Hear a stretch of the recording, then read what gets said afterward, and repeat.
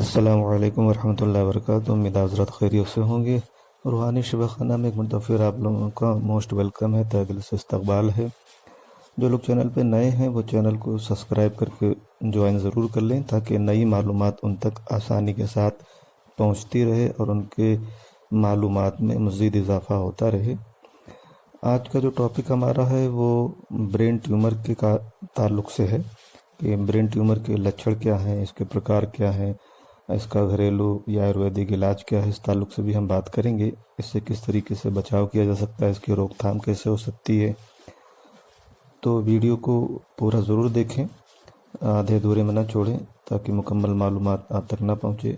पूरी वीडियो देखेंगे तो मुकम्मल मालूमात जो होगी ब्रेन ट्यूमर के ताल्लुक़ से, और बहुत अहम मालूमात है, तो वो आपको हासिल हो जाएगी। और कोई भी शख्स इस परेशानी से अगर जूझ रहा है तो आप इस वीडियो के माध्यम से, इसके ज़रिए से उसका बचाव कर सकते हैं, उसे जो है टिप्स दे सकते हैं, बता सकते हैं। तो शुरू करते हैं वीडियो को हम। इंसान के दिमाग की अगर बात की जाए तो इंसान का दिमाग 1400 ग्राम का होता है। इसके 4 भाग होते हैं। पहला भाग फ्रंटल यानी दिमाग के जो सामने का हिस्सा होता है। टेम्पोरल मतलब जो बाईं तरफ लेफ्ट हैंड साइड का दिमाग होता है। पेरेंट्रल मतलब जो दाईं तरफ राइट हैंड साइड का दिमाग होता है। और ऑक्सीपिटल जो दिमाग का पीछे का हिस्सा होता है। दिमाग का हर हिस्सा अपना अलग अलग काम करता है। जैसे फ्रंटल पार्ट का काम होता है सोचने का, पैराइटल का काम होता है छूने या फिर दर्द के एहसास का, टेम्पोरल का काम होता है सुनना, देखना और भाषा वगैरह को समझना। इसी तरह ऑक्सीपिटल का काम होता है वस्तुओं को पहचानना। दिमाग शरीर का बहुत अहम हिस्सा है। इसका सही रहना बेहद ज़रूरी है। जब दिमाग में गांठ बन जाती है तो इसको ट्यूमर कहते हैं। ब्रेन के जिस हिस्से में ट्यूमर होता है तो उस हिस्से से नियंत्रित होने वाला शरीर का भाग प्रभावित होता है। ब्रेन ट्यूमर के कुछ लक्षण हैं, जैसे सिर दर्द। आपके दिमाग के किसी भी पार्ट में अगर गांठ होती है तो सिर दर्द होना लाजमी है।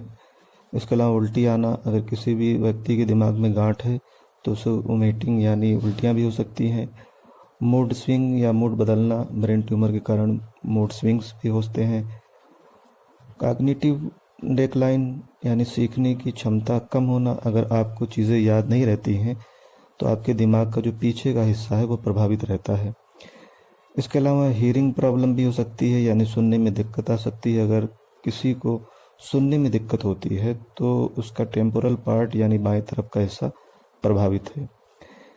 स्पीच प्रॉब्लम यानी बोलने में दिक्कत। अगर किसी को ये परेशानी है तो बोलने में दिक्कत हो सकती है, या आपका फ्रंटल पार्ट या दिमाग के सामने का हिस्सा प्रभावित है।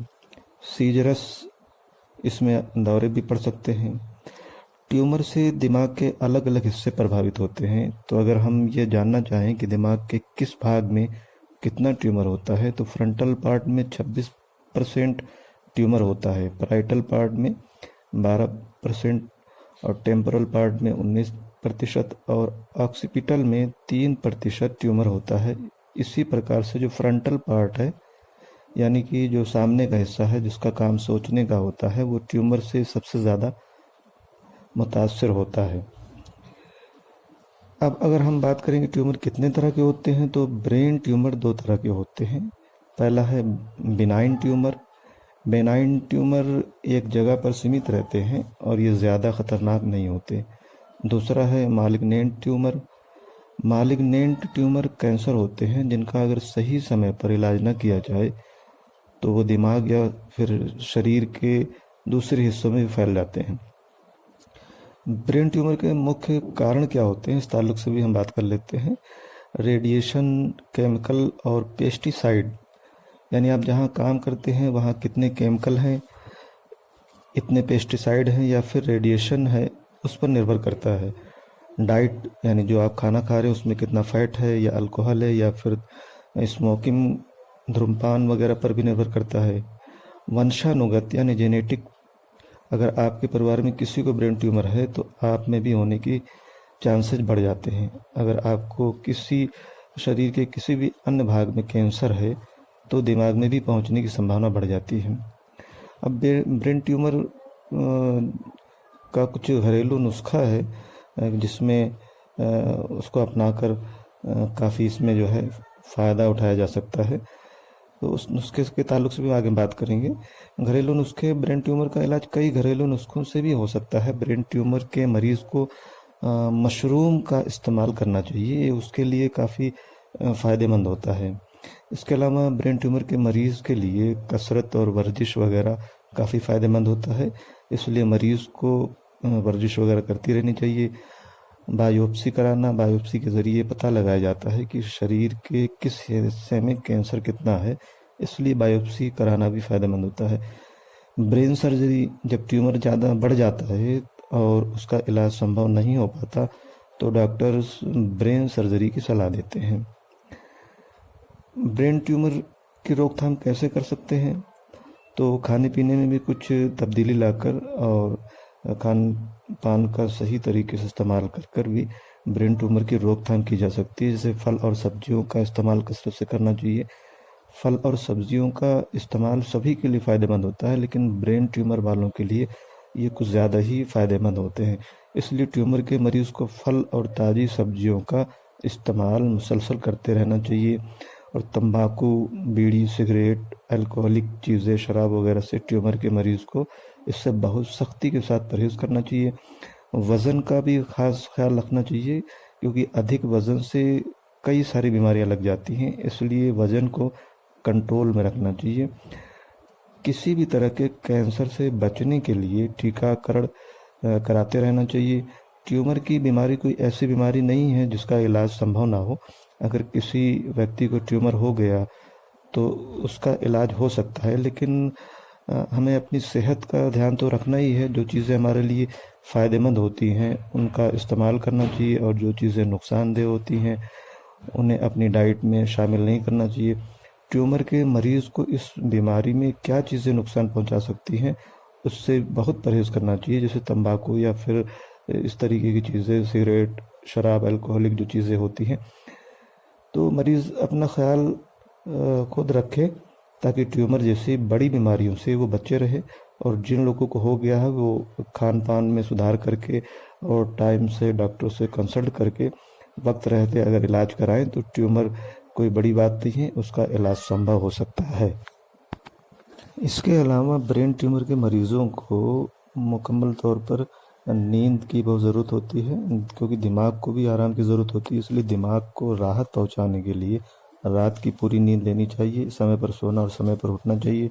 नर्वस सिस्टम को समस्या से बचाने के लिए अच्छी नींद लेना बेहद ज़रूरी है।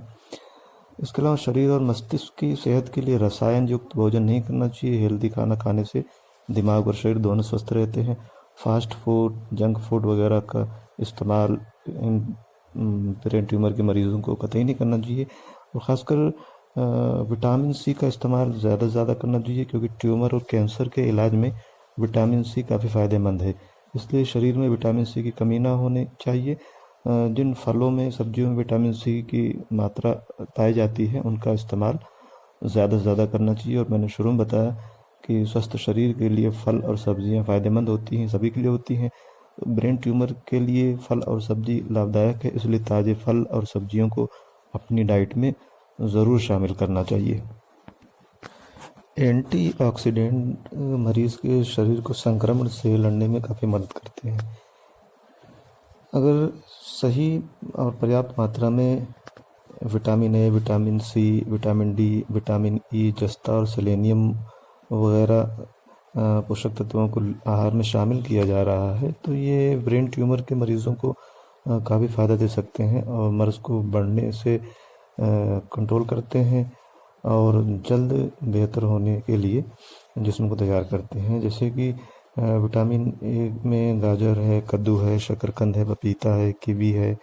विटामिन सी में आप ब्रोकली, अनानास, टमाटर, शिमला मिर्च, फूल गोभी, आंवला, नींबू, नारंगी वगैरह का इस्तेमाल करना चाहिए। विटामिन डी में मछली वगैरह, अंडे की जर्दी, मशरूम, विटामिन डी फोर्टिफाइड खाद्य पदार्थ जैसे दूध और दही वगैरह का इस्तेमाल करना चाहिए। विटामिन ई के लिए सूरजमुखी के बीज हैं, बादाम है, मूंगफली है, इनका इस्तेमाल करना चाहिए। इसके अलावा दाल है, सेम है और साबुत अनाज वगैरह का इस्तेमाल करें। ब्राउन राइस और सूरजमुखी, पनीर, मशरूम, पालक, काजू वगैरह और चिकन का भी इस्तेमाल कर सकते हैं। दही वगैरह का भी इस्तेमाल इसमें ब्रेन ट्यूमर के मरीज़ों के लिए फ़ायदेमंद होता है। इसके अलावा यदि आप डेयरी उत्पादों का इस्तेमाल करते हैं कि कैल्शियम और फोर्टिफिकेशन वाली जो चीज़ें उसको चुनें, और अपने डॉक्टर से इस मामले में कंसल्ट ज़रूर कर लेना चाहिए कि विटामिन डी सप्लीमेंट लेना चाहिए या नहीं लेना चाहिए। तो किसी भी चीज़ में तब्दीली या खाने पीने में तब्दीली या किसी दवा में तब्दीली अगर ट्यूमर के मरीज़ कर रहे हैं तो उनको एक मरतबा अपने डॉक्टर से कंसल्ट कर लेना चाहिए, उनके मशवरे के मुताबिक काम करना चाहिए। तो ये कुछ घरेलू खान पान में सुधार करके और कुछ पोषक तत्वों को अपनाकर ब्रेन ट्यूमर के मरीज़ अपनी लाइफ बेहतर कर सकते हैं, उस मर्ज से छुटकारा पा सकते हैं। इस ताल्लुक से हमने कुछ नुस्खे और काम की बातें आज के वीडियो के माध्यम से पहुंचाने की कोशिश की है। उम्मीद है आप तमाम हज़रात को अच्छी लगेगी। तो वीडियो को ज़्यादा से ज़्यादा शेयर करें ताकि जो इस परेशानी से जूझ रहे हों वो भी निजात पा सकें और अपना भला कर सकें, बेहतर रख रखाव कर सकें। आज के लिए इतनी जानकारी काफ़ी है। वीडियो कैसे लगी कमेंट करके ज़रूर बताएं। फिर किसी दूसरी मालूमात पर और दूसरी वीडियो में मिलते हैं जल्द ही। तब तक अपनी और अपनों की सेहत का खास ख्याल रखें। बहुत बहुत शुक्रिया। जज़ाकल्लाह।